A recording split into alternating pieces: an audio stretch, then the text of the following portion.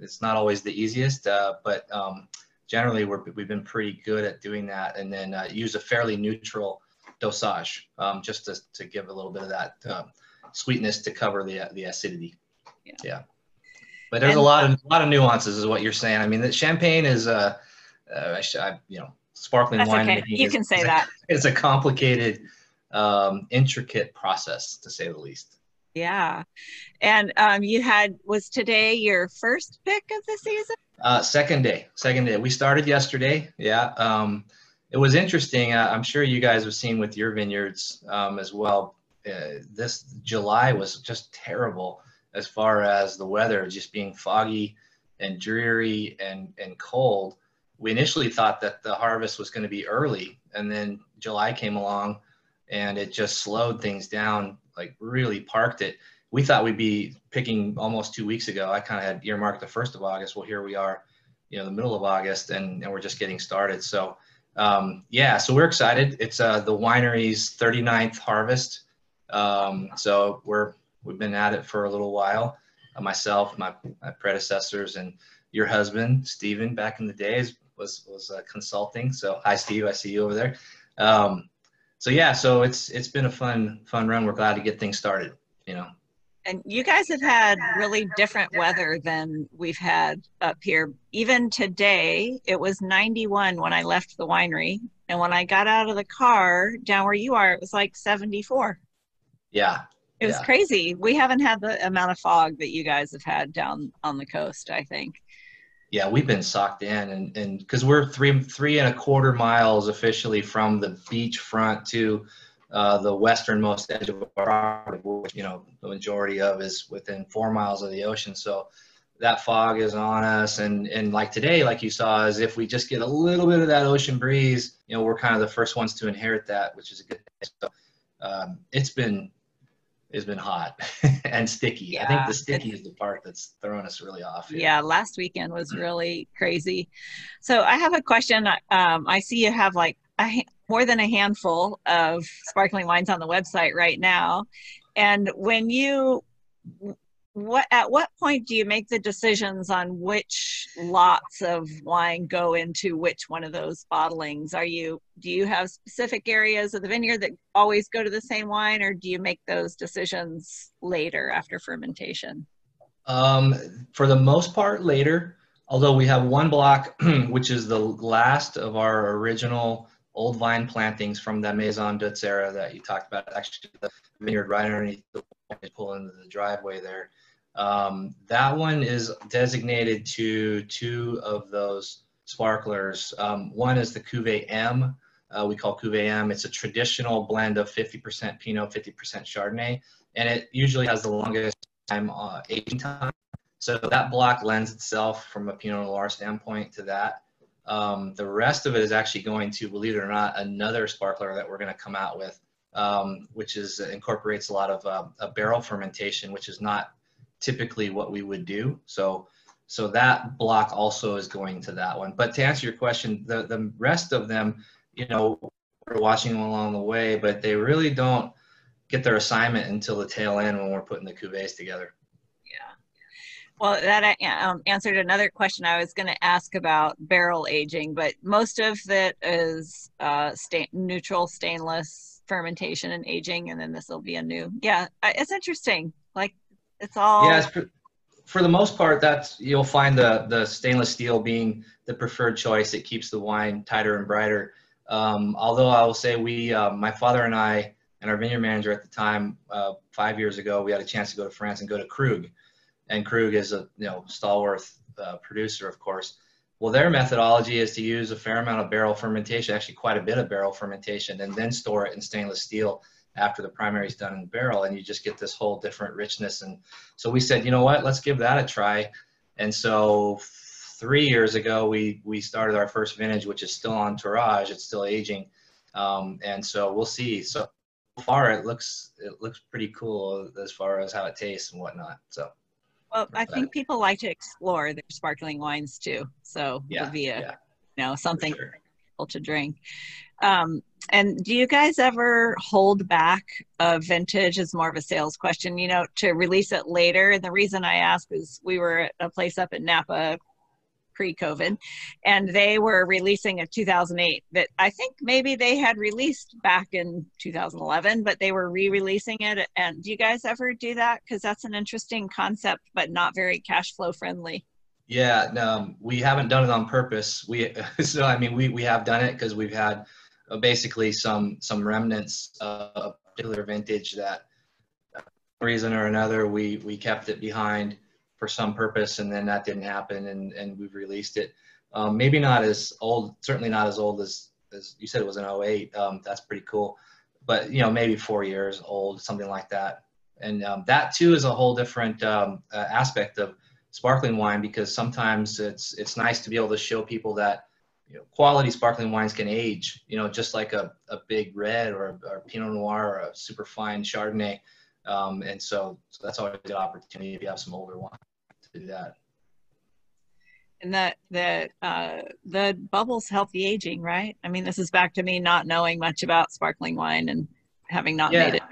There's not a lot of oxygen going, you know, taking in that bottle. So the CO2 has locked things up. You also have the yeast bed. So when it's sitting there aging over the years, you've got the yeast bed and the breaking down of those yeast cells, creating different aromas and textures and profiles. So there's a lot of nuances that are ultimately adding to the wine and protecting the wine. As long as you as long as you've treated the wine right before it goes to bottle. An interesting thing about sparkling wine is that it's really, really low sulfur. So very few little sulfides are added to the wine, because throughout the process, from the time that we press it off as juice, when it's aging in tank and before it goes to bottle, very low sulfides. And so you really have to protect it at that stage so that it doesn't become, you know, oxidized and fall apart as it ages. Sulfides are whipping boy of still wine, I think, for people, aren't they? I get a hangover. Well, it might be the sulfur, or it might be the might be a 3/4 bottle that you drank. Exactly. But it brings to mind, I don't really want to talk about this brand too much, but Molly Duker, are you familiar with them? And he says he does not use sulfur, and he does carbonate.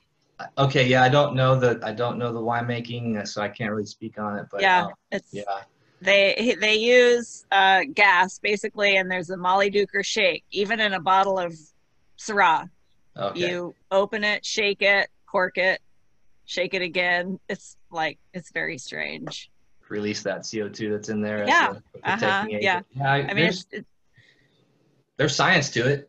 I mean, yeah. It works, definitely. It's definitely works out for PR for them, but yeah, right. Something a little different. Like you mentioned because here I am talking about it, and I'm not real wild about the wine. Yeah, right. Goes to show, right? It does. To make wine, it's a whole different thing to market wine, that's for sure. Yeah, somebody one time asked me if I'd heard about people in Italy playing classical music for vines. Then what did I think about that? And I said, I think that you're here talking about it, 6 months after your vacation. So there's some value in there. I don't know how the vines feel about it, but here we are. And they're spreading the story. Definitely.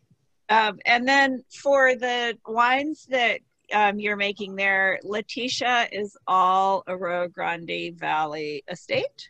Yes. Yeah. And everything. Nadia looks like Santa Barbara County?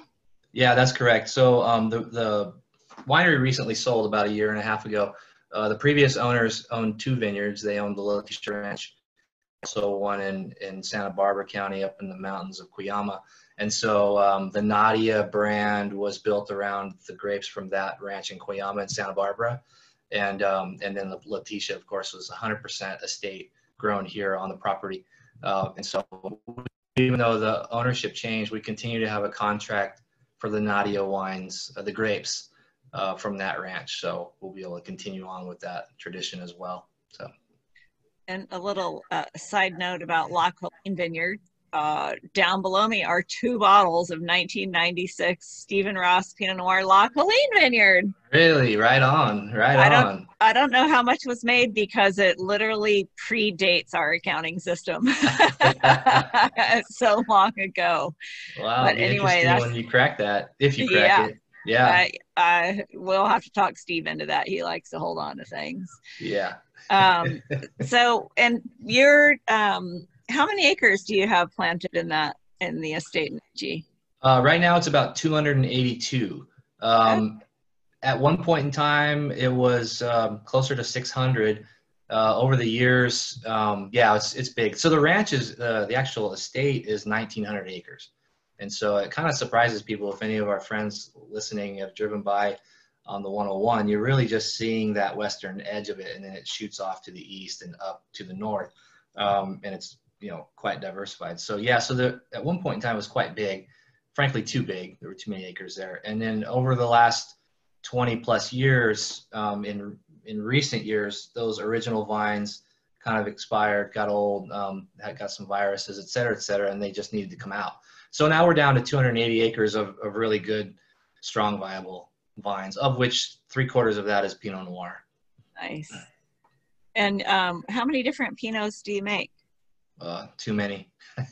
Yeah, well, Pinots are like that, huh? I Yeah. should tell you what, Pinot likes to be made really inefficiently, but Totally. it's so delicious. Yeah, totally. So I think we do 14 different Pinots. Wow. And I gotta say, the main reason we do so many is for our wine club. So we have a Pinot Noir exclusive wine club, and as you guys know, it's nice to provide the wine club exclusive wines, different wines, and each year make something different and special. And so that's what drives a lot of those really small batch, 200 case, 150 case lot Pinot Noirs. I would say our mainstream Pinots is about 5 that are the core of the Pinot Noir program. Well, I've never had one that I didn't like, that's for sure. Well, that's not. I don't get to drink them enough, but I'm sure life kind of stopped at World of Pinot Noir. That was right before COVID shut everything down, but that was probably the last time I had a Laetitita Pinot Noir, but they sure are delicious. I think you're right. You know what, for me too, that was the last event that I had really anybody else's wine too, now that you say that, because it all, went over the hill right then. Yeah. So how many times a week do you drink sparkling wine, like at home? Not enough. Tell you the truth, it's probably every couple weeks. I'll drink beer, or I'll make a mixed drink. But I used to blame my dad. He wouldn't let me have enough bottles of the sparkling wine. But now I don't really have an excuse. So but I love it. I really do. If people ask me all the time, they're like, well, what's your favorite wine? They expect me to say Pinot Noir, but I got to be honest. I will go to a good quality sparkling champagne. They're just fantastic if you can afford them and get good ones. So yeah, our kids have been home since March, and they're one's of drinking age, and the other one is drinking anyway. And we go through an alarming number of bottles of wine a week now, and sparkling is my favorite with them. They're kind of new wine, and they sure do like. That's interesting you say that, because I had I'm trying to remember. Maybe it was our marketing team or somebody from the tasting room was mentioning that there seems to be a little bit of a surge from the younger people interested in sparkling wine. Maybe that has to do with the migration from the craft beers. I know Mike Seiner does the Pet Nat and some different things that are kind of seems to be drawing younger tasters to sparkling wine. So, I thought that was interesting to hear and a good thing. Do you guys think you'll ever do a Pet Nat?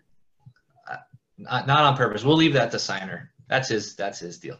I like Mike Seiner's Pet Nat, but it's kind of a risky production. I feel like sometimes they're really good and sometimes they're not very good. So I would think, for you guys, I don't know why you would, because your wines are so good. You don't really need to go make something that is risky like that. Yeah. We're a little conservative, so I'll take the high road on that one. I'm with you on that one.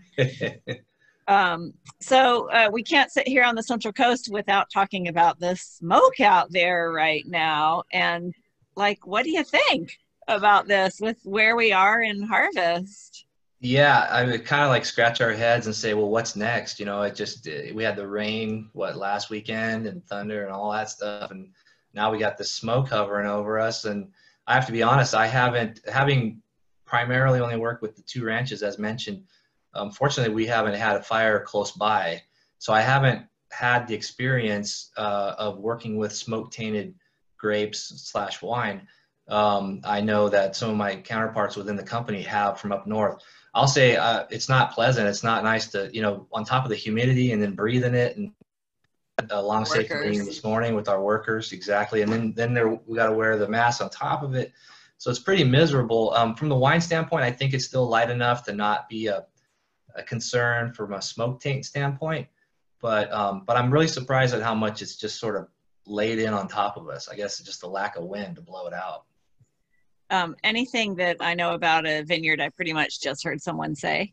I've never studied it, but I have heard people say that wines are most at risk for smoke taint during veraison.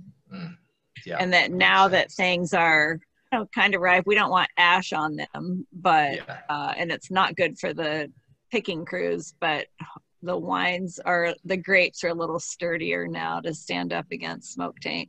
So I'm going to hold on to that. Yes, I'm going to agree with you, and we're going to stick to that together for sure. Yeah.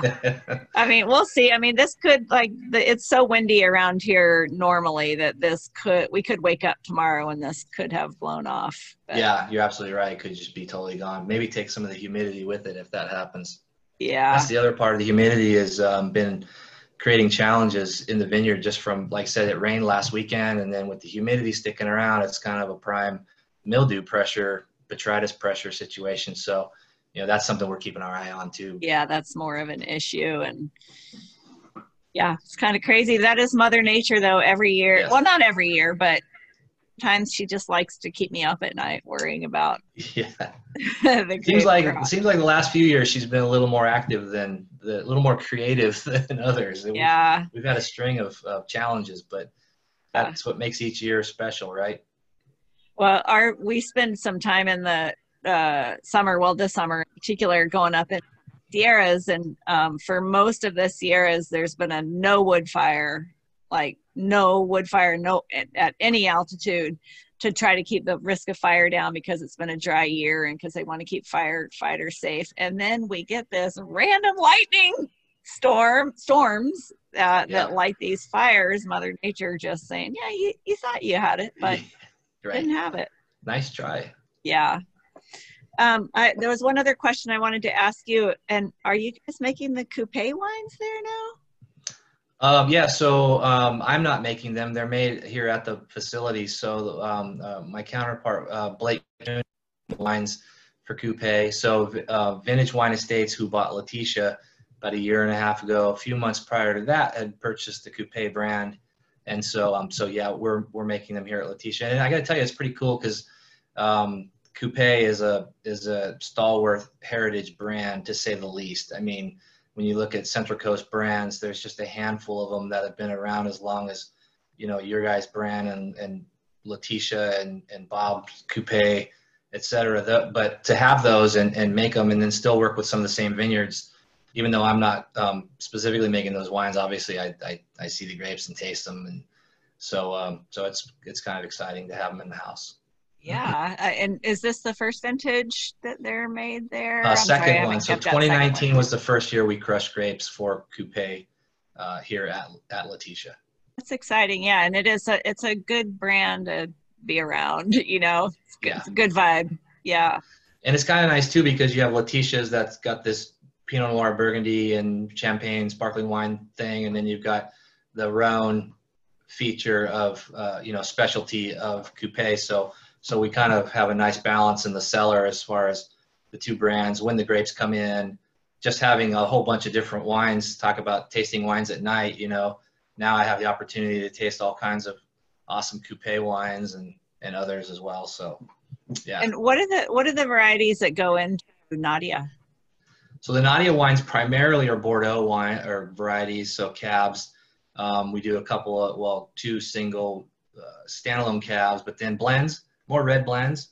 So we do a trio, which is a Syrah cab, Merlot blend, and then some Sauvignon Blanc and more your warm climates. Because out there, even though the vineyard, so from where we are at Laetitita, driving out there is about an 1.5-hour drive.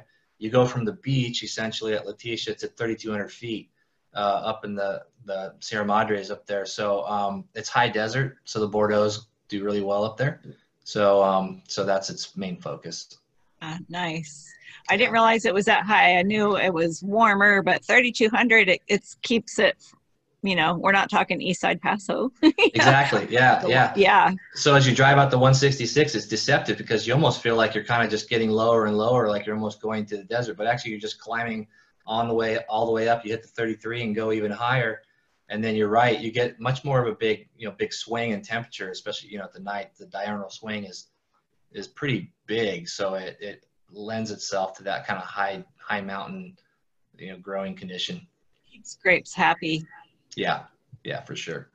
Well, normally or not normally, but sometimes I ask, well, where can we find your wines? But I realize you're the winemaker, so the tasting room is probably the best place. And I bet you guys have a lot of wines. And yeah, tasting room is the best place. We've always had a strong connection with California Fresh. They have a good chunk of our wines here locally. And then on more of a broader spectrum, always had our estate Pinot. So if you like our estate Pinot, you can get a hold of that. Some of the Gelson's markets have some of the higher end stuff. So, you can find them. You don't have to look too hard. Nice. Yeah. And yeah, you have various wine clubs that people can join, including one that's just for sparkling wine, right? Is that what Yeah, that's right. Yeah. I might have to join that one. Yeah, it's actually it's our most popular. So the sparkling club, where you can get all 7, soon to be 8 sparklers.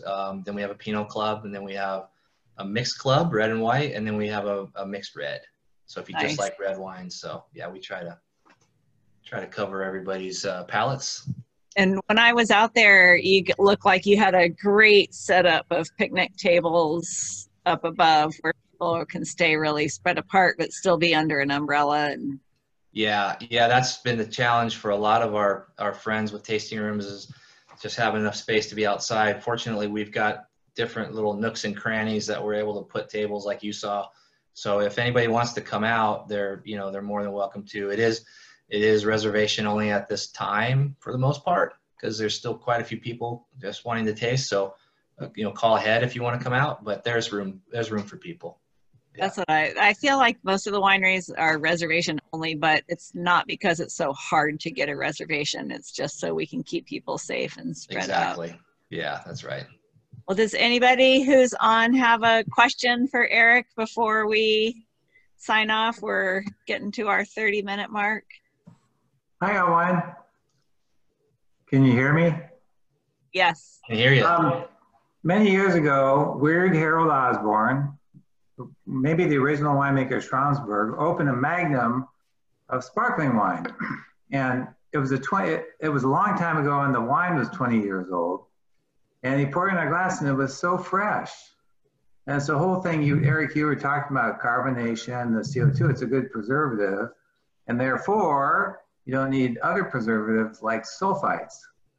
And I'm just wondering, it's kind of an advantage of that wine. Do you use that to help promote the wines? Is it a marketing thing you do, or talk about it?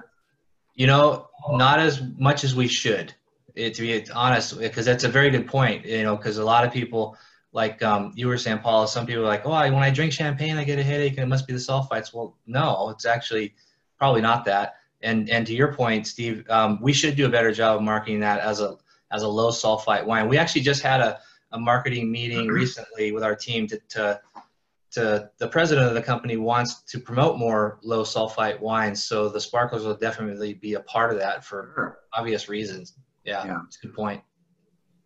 Now I know where to send people, but because people do say, like, I get a headache and I think it's the sulfites, and I don't think it is the sulfites, but I can point them towards sparkling wines that are, have a different, I don't like to use the word preservative, but a different way of a different protection. It's almost That's more of why. it's a natural preservative, and Yeah. that's not a false statement. Yeah.